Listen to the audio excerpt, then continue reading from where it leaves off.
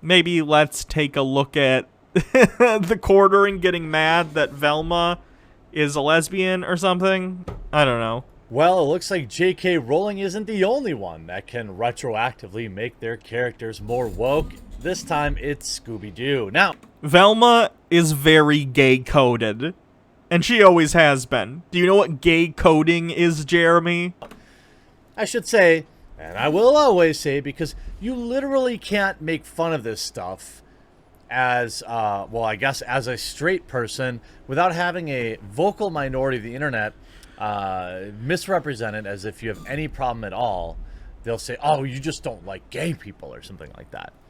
I get it all the time. I got it with She-Ra when I made... Jeremy, it's because every time some character is gay, or like the creators decide that they're going to come out as gay, or they're represented as gay, whatever, every single time you make a video about it, that's why people say you're just homophobic. Because you consider representation to be propaganda instead of the fact that it is just representation. 99.9% of characters are still straight.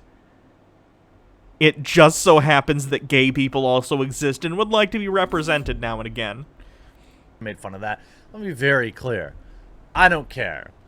I'm looking forward to all the Rule 34 stuff going out there, legitimately. And if Velma likes chicks, good for her, 100%.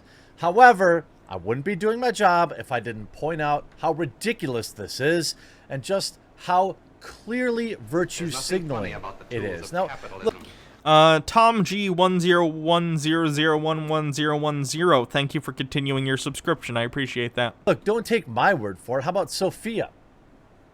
Sophia Narwitz saying, none of this is in the show. Hollywood is just like tossing out scraps to the gays because they'll often react as if it means they're special. You can see, because they actively defend tokenism. They don't care if it's pandering. The representation is more important than how it's implemented. I would agree that how representation is implemented matters. For instance, if you're talking about something where retroactively after the fact the creator says, like, oh, a character is gay or whatever. Yeah, that's tokenism, and it's usually just to score points, and I don't disagree with you there, Jeremy, but that's not normally how you go about this. You also complain in, like, She-Ra when they actively show, like, a gay kiss, and you're like, oh, think of the children. Do children care if these two characters are gay? As if you don't, like, look at Avatar The Last Airbender, for instance. Avatar The Last Airbender, two of the main characters are children, Aang and Katara. And through the 3 seasons of that show, they have a romance subplot. And you do find out, they kiss multiple times throughout the series, and also you find out in the sequel series, Legend of Korra, that Aang and Katara did get married and they have kids and grandkids. And that's cool. That's great. It's a really well done show. Check out Avatar The Last Airbender if you haven't. It's on Netflix. But it seems like you think that's normal and therefore it's okay to put straight relationships in a kid's show. But gay relationships, all of a sudden it becomes this huge thing and you're like, kids don't care about people being in relationships. Well, people are in relationships all the time in TV shows for kids. Kids clearly care. When I watched Avatar when I was younger, I still thought that was cool when it was Katara and Aang, or whether it's Korra and her girlfriend that they get together at the end of Legend of Korra. But again, every time this happens, and it happens to be two gay people, you freak out for no reason. So, again, reading between the lines, that leads people to go, well, he only freaks out when it's a gay couple. So he just seems like he doesn't like gay people very much, right? It doesn't matter if you keep the mask on, Jeremy, if you consistently show yourself to only get mad about this one thing. Why can't they give us some new characters that are gay, lesbian, trans? Why do they keep taking established characters and changing them? To be fair, no one would watch or like them because... No, it is not spoilers. Spoilers apply maybe if you're being generous a year after a show has come out. Maybe. That show's been out for like 5 or 6 years. It's not my fault if you haven't seen it. And it's not like I didn't reveal how the end of the conflict in that series ended. It's just a relationship that happens at the very, very end. Because they can't write them And it's only alluded to. without being obnoxious, on the nose, fourth wall breaking, so they resort to hijacking and tokenism. I mean, it's nobody's buying this. Now, except, of course, James Gunn, who wrote in a celebratory virtue signaling way, I tried. It said, somebody, please make our live action lesbian Velma dreams come true. Me too. I mean, absolutely. Scooby-Doo porn does exist. If you would, I think Wood Rocket did one, who does porn parodies. If you're interested in that, I guess go for it, Jeremy. Porn exists. James Gunn says, in 2001, Velma was explicitly gay in my initial script, but the studio just kept watering it down, becoming ambiguous. The version that they filmed, then nothing, the released version, and finally having a boyfriend in the sequels. I really wish I could have seen James Gunn, if you don't know, wrote the Guardians of the Galaxy movies. He's a really talented writer and director, and he did the live-action Scooby-Doo movies, and it was originally going to be a more adult comedy take on the characters. So Shaggy was actually going to be like a blatant stoner. Velma, like you said, was going to be a lesbian, because the Velma lesbian thing has been a joke for like since the original show came out. And a myriad of other things. It was going to be a more satirical, like, loving but also poking fun at the source material version of that script. Probably akin to, if you've seen the Brady Bunch movie and a very Brady sequel, how that sort of celebrates the Brady Bunch, but also, like, it's like, this is funny. Let's poke fun at it, too, because, let's be real, it's kind of corny and silly and fun. And I think the script was originally supposed to be like that, but the studio cut so much of it out to make it kid-friendly. And I get it. Scooby-Doo is still a kid franchise, but I think a adult-oriented, or at least PG-13 Scooby-Doo movie would work. So, here's the thing. What's more canon than what's on film? All right? So, James Gunn, the director, literally said, oh, no, Velma has a boyfriend. Now, if you wanted to make the argument that Velma... Jeremy, James Gunn is literally just saying that's what he wanted to do, but he couldn't because the studio stopped. He's not saying it's canon. He's saying, hey, I was going to do this in the 2001 version, but the studio stopped me. And also, canon doesn't matter and has never mattered. And I say this as someone who literally spends their time, if I'm playing video games or something. Lately, I've been watching a lot of Flat Earth debunks because I think it's fun.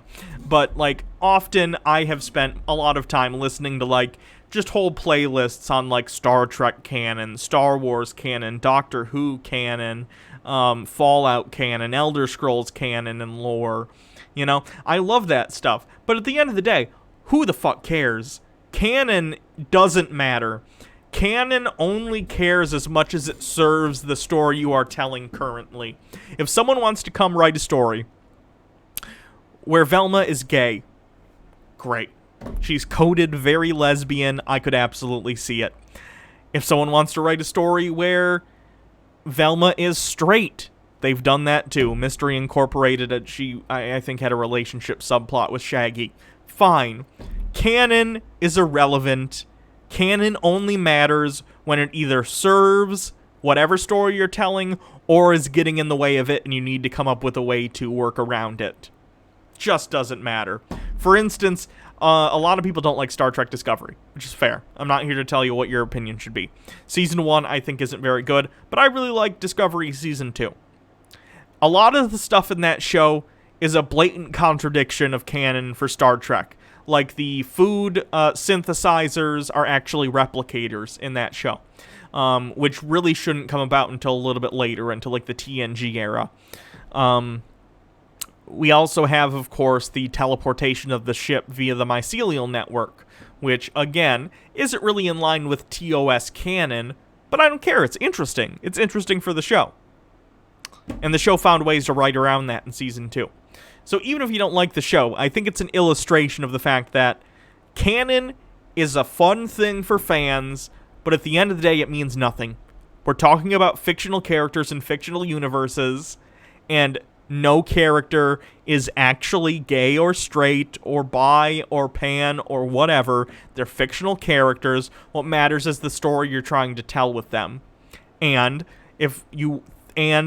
representation within those stories matters. Right?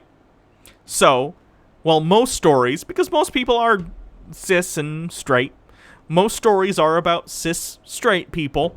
It's nice to occasionally have stories where they are otherwise, whether they be trans or gay or lesbian or bi or whatever. It's nice. And it doesn't fucking matter what the canon has been. Who cares? Was bi. I think that would have been smarter, simply because there's just so much history. I mean, is Scooby-Doo meeting all those famous people in Batman considered canon? I think it is, yeah. They actually have a newer show, because I still like Scooby-Doo. I like animated shows. What's the show called? Scooby-Doo and Guess Who? Yeah, it's a newer show where they're doing the That's right, capitalistic propaganda. Famous people thing with Scooby-Doo again. So you have this was a weird one. This would make sense if it happened in the 90s, but today it makes no sense. Thank you to Dan Fermar for following. They did an episode where they met Urkel from Family Matters.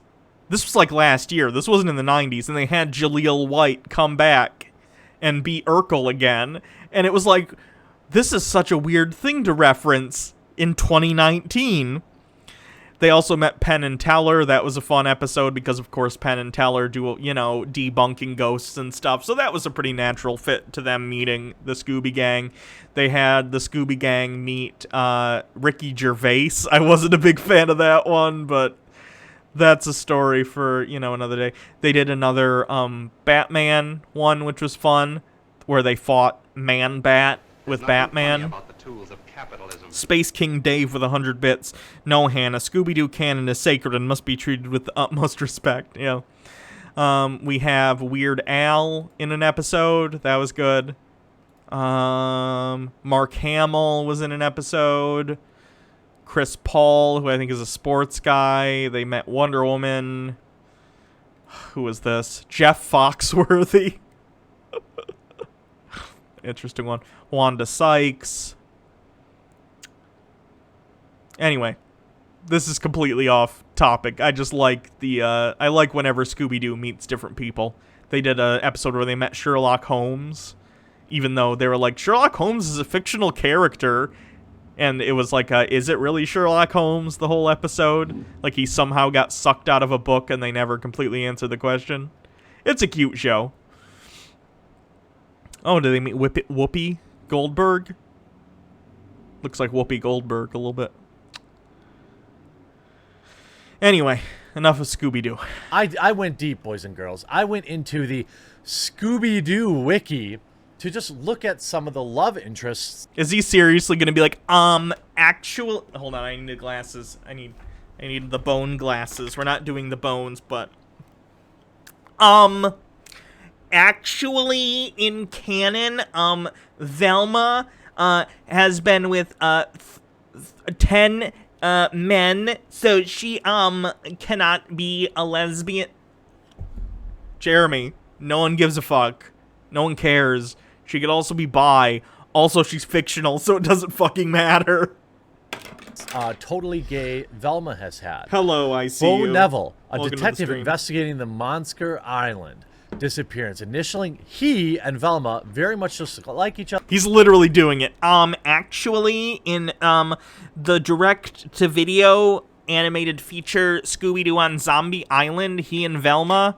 So Velma was with a man. He received her... she received his male phallus. Actually, Jeremy, no one cares. No one cares about the canon of Scooby-Doo. He's met fucking Batman.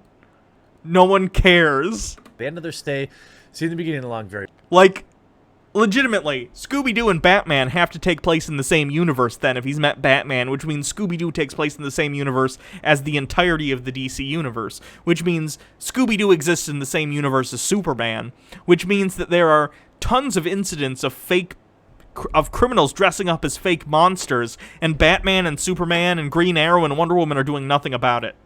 The Justice League has failed us yet again.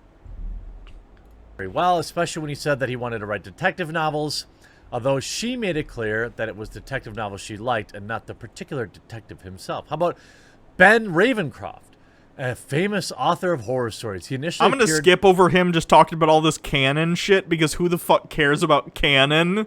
It's Scooby-Doo. Kind of local male, as she genuinely... We can look at some of these comments. I knew it. I had heard somewhere Velma dating Shaggy. In fairness, was canon. Scooby-Doo is the best anime. True story.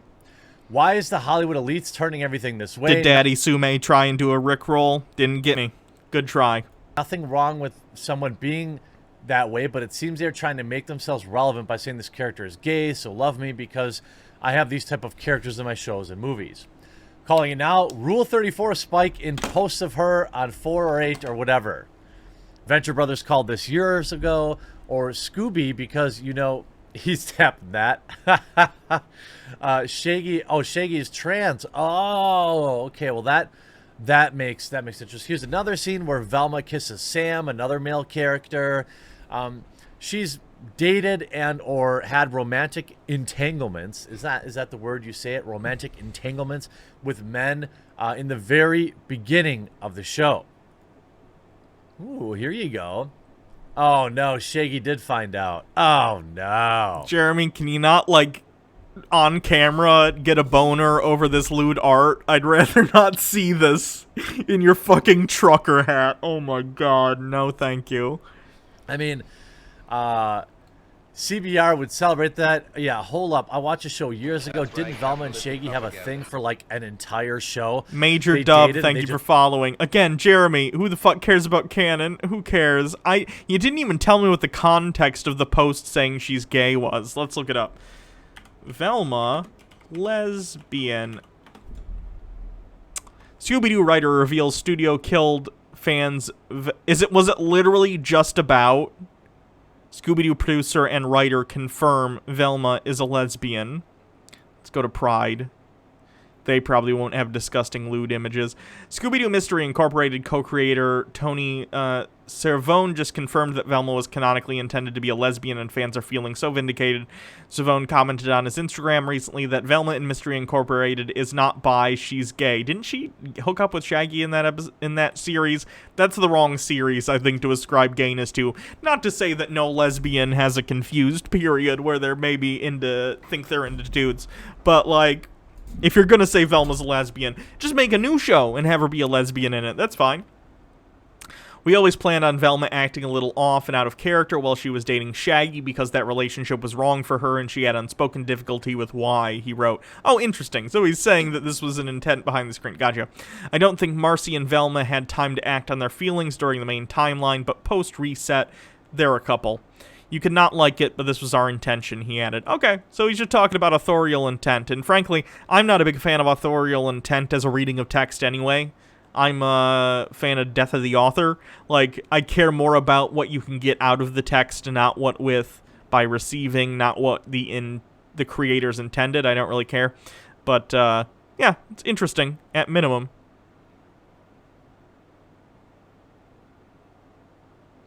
Anyway. Just retconned all that. LGBT characters in shows is a good thing, but it's not the way to do it. This just reeks of corporate pandering. Why didn't they do this? It's not corporate pandering, though, because the show's over. It was just a producer being like, this was our intent. It's fine. By the way, why didn't they do this in June?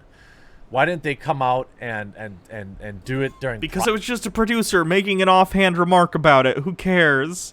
Pride Month? That seems odd.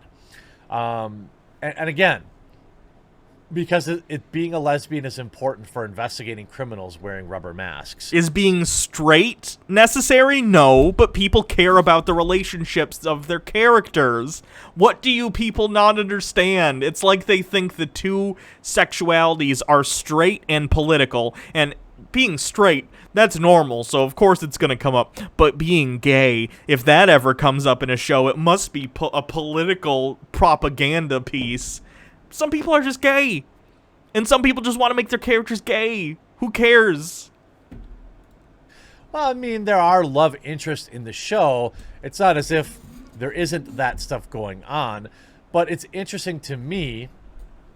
Here you have CBR saying, yes, Scooby-Doo Mysteries Incorporated Velma is a lesbian. Producer confirms. The producer confirms it. Oh, okay. That probably wasn't even alive when the show was first created. But I mean... Hey, Jeremy, you understand that Velma's a fictional character, right? And therefore, her sexuality is determined by whoever owns the rights at the time and is making a show. Did you even read the thing the person said? They were saying specifically in Scooby-Doo Mystery Incorporated, which is a great Scooby-Doo version, if you haven't seen it before. He says, that was our intent. The authorial intent going into that show was Velma is a lesbian and doesn't really know yet. And that's fine. Again, I'm not a big reader into, like, authorial intent. I care more what you receive from a book rather than, like, what goes into it. But it's interesting nonetheless to know that that's where they were going with that. They're not talking about Velma in terms of Velma from the show in the 70s or whenever Scooby-Doo first came out. They're not even the same person. You know why, Jeremy? Outside of canon reasons that we can get into in Mystery Incorporated. Because they're a fictional character and neither of them is a person. It really doesn't matter. It matters insofar as representation matters, but it doesn't matter in a literal way that you're presenting this. Like, actually, Velma has dated many men. Like, okay, but that's not the version they're talking about. So, maybe know what you're talking about before you open your mouth, Jeremy. Scooby-Doo Mystery Incorporated producer Tony Cervone. Yeah, I agree. We can be done with Jeremy's whinging. We're only halfway through. What else is he gonna say? He said nothing of substance so far, other than, actually, canon says this, or that. Who cares? Who the fuck cares? We're done with Sargon for the day, too.